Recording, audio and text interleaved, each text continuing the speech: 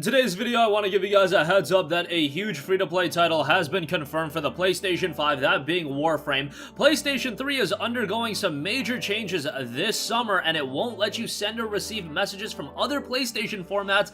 Kind of a harrowing signal that the PlayStation 3's end time is very near. I mean, who is really on the PlayStation 3 anymore? But nonetheless, kind of unfortunate as I have so many fond memories with that console. We'll talk about that, and then also Star Wars Episode 1 Racer is coming to PlayStation 4 and Nintendo Switch. That was a game that was released all the way back in 1999. We'll talk that at the end of this video. But first up, Warframe just got the Operation Scarlet Spear update on PC, with PlayStation 4, Xbox One, and Nintendo Switch consoles due to receive it soon. The free-to-play game continues to attract a lot of players, as testified by Digital Extreme's holding company Leu in their latest annual results report. Warframe registered a 19.5% increase in player figures from 2019 to 2018. In fact, though the revenue actually went down 12.2% in the same time frame.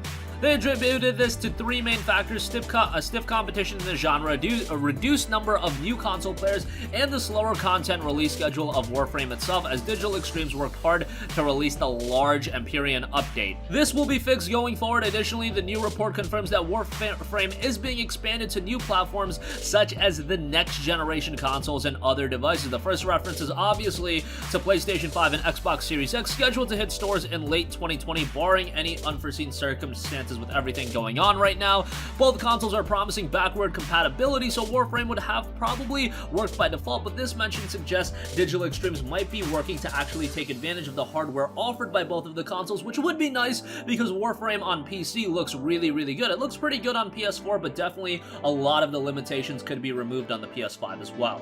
The other devices reference, on the other hand, appears to be inevitably hinting to Warframe for mobile devices, and truth be told, that would be rather interesting, but at the same time, I don't know how well that would work on mobile unless it's a separate, completely different kind of Warframe experience, but we'll see how that turns out. Warframe has been one of the best free-to-play games of the last decade or so. That's going back a while, but Warframe has been out for quite a while, going back to like 2013, and it's a game that when it initially released, it was not received well at all. The game was getting panned left and right back in 2013. I remember that vividly, and you look at the Metacritic score, the Metacritic score is only a 69. The fact that that is still being presented on the Steam store page is kind of upsetting, given the fact that that 69 isn't indicative at all of the quality level of the game. Yes, is it a little bit grindy?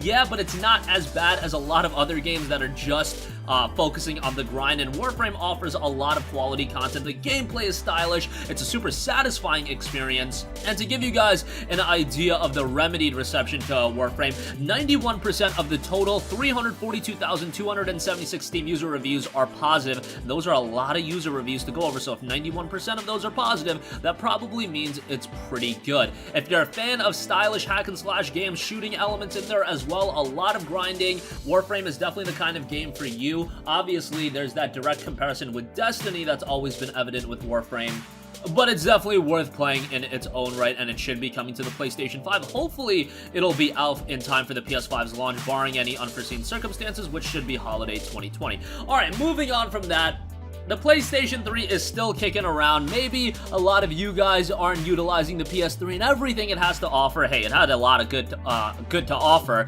Great exclusives. Killzone 2 is an online game that I spent an obscene amount of time into. It should have been illegal how much time I spent into Killzone 2. I got my money's worth out of that game. So I have a lot of nostalgic memories with the PlayStation 3. However, coming this summer, the PS3 will no longer let you send or receive messages from other PlayStation formats, and this is a brand new update. As noted by PSU, the PlayStation 3 is still knocking around despite turning 15 next year. God damn, do I feel old after reading that. But it looks like its days might be numbered, with Sony stopping the ability to send and receive messages from other PlayStation formats on June 30th. So due to this, meaning messaging is completely going down the pan. No, PS3 users can actually still message each other, but you won't be able to send messages to PlayStation 4 or PlayStation Vita users, nor will they be able to send you anything either. So that is a little bit of a bummer if you're talking to friends that for whatever reason they're still kicking it on the PS3. Chances are not a lot of people are utilizing the PS3 message folk anyway. Since the PS4 is already approaching its final few years, you would think that if you're still invested to PlayStation, you probably picked up a PS4. However, this is still just something that it kind of just spells the end of the PlayStation 3, which is kind of depressing to think about. I mean, it had a good run. It had an amazing run just because the life of the PlayStation 3 was kind of like a storybook, because if you remember, it didn't start off all too hot for a year, 2 years. It wasn't really until 2009 where things got turned around, and remember, the console came out in late 06. 09 is where they introduced the PlayStation 3 Slim console, and then 2009 might be the most insane year of console exclusives being released on a platform literally ever. That might not be hyperbole,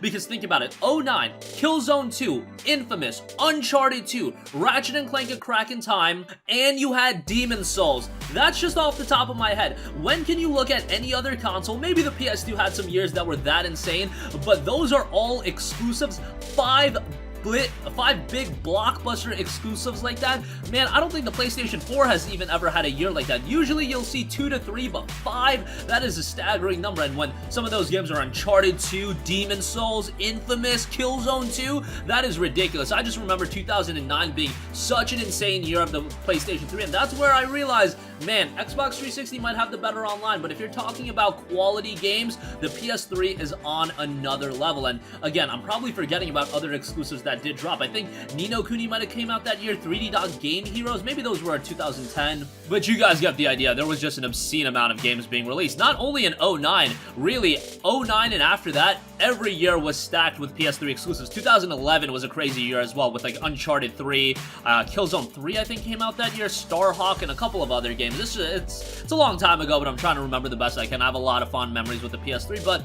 its time is obviously closing down at this point. Alright, and lastly, I do want to give you guys a heads up that Star Wars Episode 1 Racer is coming to the PlayStation 4 and Nintendo Switch. This first launched on the Nintendo 64 and PC all the way back in May of '99, and now it's coming to the PS4, as per media has announced, noting the 90s classic Star Wars Episode 1 Racer is coming to Switch and PlayStation 4, complete with modernized controls, a beloved racing title based on the pod racing sequence from Star Wars The Phantom Menace. Star Wars Episode 1 Racer puts you behind the controls of your favorite pod racers as you speed through flaming methane lakes, Tusken Raider assaults, anti-gravity tunnels, and much more in a pulse-pounding do-or-die fight to the finish line. You've got 25 playable racers, including Anakin Skywalker and much more. Racetracks spanning 8 unique worlds, including Tatooine, Barunda, and Malastare. Work with pod druids to upgrade your pod racer for higher top speeds and acceleration, and discover shortcuts and secrets to master your lap times. And you've got split-screen multiplayer, Switch and PS4, and LAN multiplayer with Switch only, so that's kind of interesting. But nonetheless, this should be out later in 2020. I imagine it wouldn't be a significant undertaking getting this game on the PlayStation 4. Might not be for everyone given how old school of a game it is, but Star Wars Episode 1 Racer is coming to PS4 and Nintendo Switch. So that's going to conclude this video. Again, very excited that Warframe has been confirmed for the PlayStation 5. Hopefully this means it comes with a bevy of updates, because even though Warframe plays relatively well on the PlayStation 4, I think opening the floodgates to allowing it to be played on the PlayStation 5, you can do some inherent improvements, and I don't think that would be a massive undertaking to improve the game as well. The PlayStation 3 seems like Father Time is knocking on its door, unfortunately. It's been a long time coming. PlayStation 3 has been around since 2006, so yes, 2021 would mark year 15 of the PlayStation 3. It had a great run, but now I think it's coming to an end, and Star Wars Episode 1 Racer is coming to PS4 and Nintendo Switch probably sometime later in 2020. That's going to conclude this video. Sound off with all of your thoughts in the comments section down below. As always, thank you for watching, and goodbye. Hey guys, we hope you enjoyed the video, and if you did, make sure to hit the subscribe button, and if you're already subscribed, do us a favor and hit the bell icon. This way you'll be notified whenever we post a new video. That's the best way to keep up with all of our uploads, and we usually try to upload 2 videos a day. And with the bell icon hit, you'll be notified whenever we do upload a video. As always, thanks for watching.